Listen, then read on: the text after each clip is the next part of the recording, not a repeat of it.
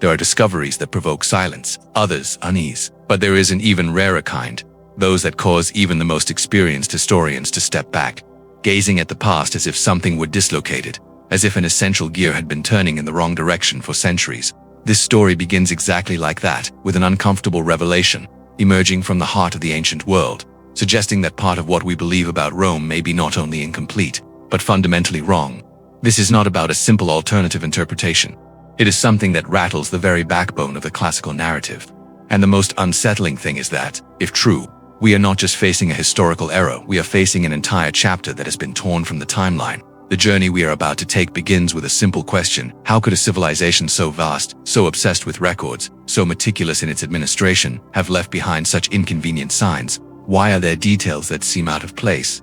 Small shadows in the archaeological record that refuse to vanish.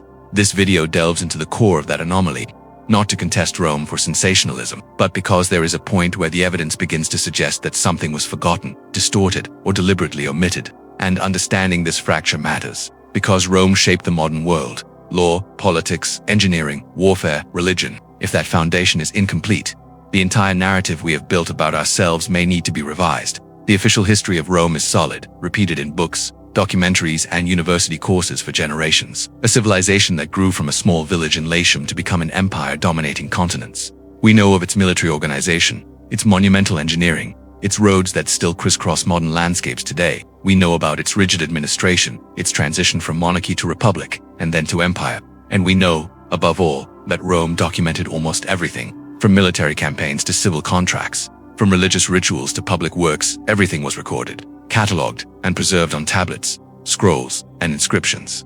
Rome was the civilization of written memory. But there is something strange about this. If Rome recorded everything, why do certain transitions seem so hazy? Why do some technologies emerge abruptly, as if they were imported from places or peoples who never appear in the documentation?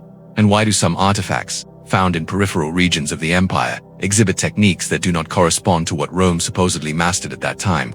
These are small contradictions, but when gathered, they begin to suggest that there is more to the story of Rome than what survived in the textbooks. The unraveling of this mystery began with a discreet, almost accidental discovery, made not by a traditional archaeologist, but by a multidisciplinary team combining geology, material analysis, and ancient studies. In a region considered marginal on the Roman map, fragments of metallurgy were found that seemed to belong to a specific period of the Republic. The problem: the technique used in these fragments officially appears in Rome almost 2 centuries later. Some researchers argue it could be external influence, especially from Eastern peoples.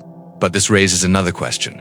Where are the records of this influence? Rome registered contacts with Carthaginians, Greeks, Egyptians, Gauls, and Persians, but never mentioned a group that could have introduced this kind of technology.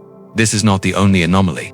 In recent excavations, underground walls were identified beneath Roman structures that show construction patterns distinct from the typical Roman style. The stone cuts, the way they fit together, the geometric precision, all of this suggests a technique that is older, more refined, and, paradoxically, more advanced than that used by the Romans of the same period. Some archaeologists initially attempted to attribute these structures to local pre-Roman cultures, but analyses of sedimentation and depth indicate that the walls were erected during the height of the Republic. The enigma deepens when one realizes that the techniques present in these constructions seem to disappear abruptly from subsequent Roman works, as if they had been erased. And then we come to the manuscripts. Obscure documents, found in forgotten collections in European museums at the end of the 20th century, which vaguely mention a people silently incorporated into the Roman system. There is no name, no specific location, only enigmatic references to a group that supposedly contributed unusual technical knowledge. Some modern historians consider these mentions irrelevant, perhaps symbolic. Others argue they may refer to an assimilated people subsequently lost in the vastness of the empire. But there is a minority that sees a disturbing clue in this silence. Perhaps Rome absorbed knowledge it could not explain and preferred not to document. Theories begin to diverge here. The most conservative asserts that we are merely dealing with natural gaps in the archaeological record, that the discrepancies are the result of lost documents, and that no civilization has a perfect archive. That is, without a doubt, a possibility. But there is another bolder line of thought suggesting that Rome may have inherited fragments of knowledge from an older culture, perhaps an advanced society that left no clear traces because it was destroyed by environmental changes, wars, or assimilation. This idea evokes theories about forgotten civilizations that might have influenced multiple ancient cultures around the Mediterranean. We are not talking about mythical kingdoms, but real peoples who may have vanished before consolidating their historical identity. Another theory argues that Rome faced, at different times, phases of political and military uncertainty that could have led to the intentional destruction of records, periods of transition, such as the reforms of Sulla, the rise of Caesar, or the beginning of the Principate, were marked by severe internal disputes. It is possible that certain knowledge or alliances were deliberately erased to consolidate political narratives. This hypothesis finds some support in documented episodes of damnatio memoria where entire names were eliminated from official history. Whatever the explanation, one thing is certain. These anomalies indicate a void, a fissure in what we know about Rome. And this void matters not just out of archaeological curiosity, but because Rome represents one of the pillars of Western identity.